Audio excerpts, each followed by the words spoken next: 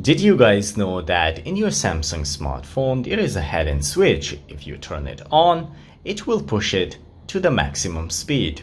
So how are you going to get it? Watch this video till the end.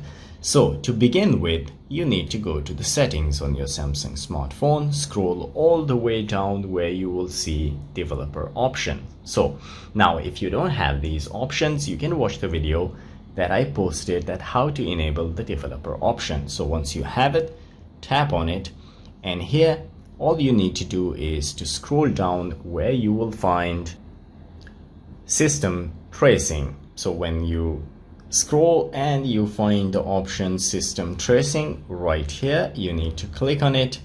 Here the first thing you need to do is to trace debuggable application. So once you turn it off, it will not trace the application anymore and your phone will work more smoother. So now if you scroll a bit, the next thing that I want you to change is per CPU buffer size.